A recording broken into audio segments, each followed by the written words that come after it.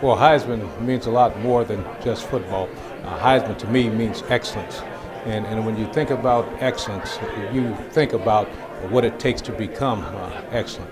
And all of these young men and women, they have reached that point of excellence.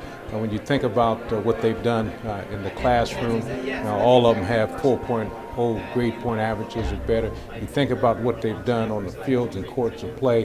They've been fantastic, all-stars.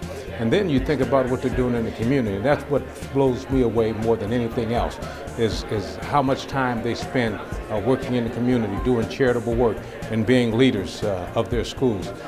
When I hear the word Heisman, I think of a leader, somebody who not only leads on the athletic field, but leads in the school and in the community and is willing to work their hardest and be dedicated to everything that they do. To be mentioned in the same sentence as Heisman is an extraordinary honor.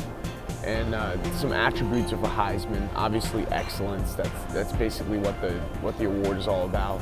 It's really about hard work, commitment, dedication for the high school Heisman, athletics, academics, community service, and really throwing yourself 100% into everything that you do.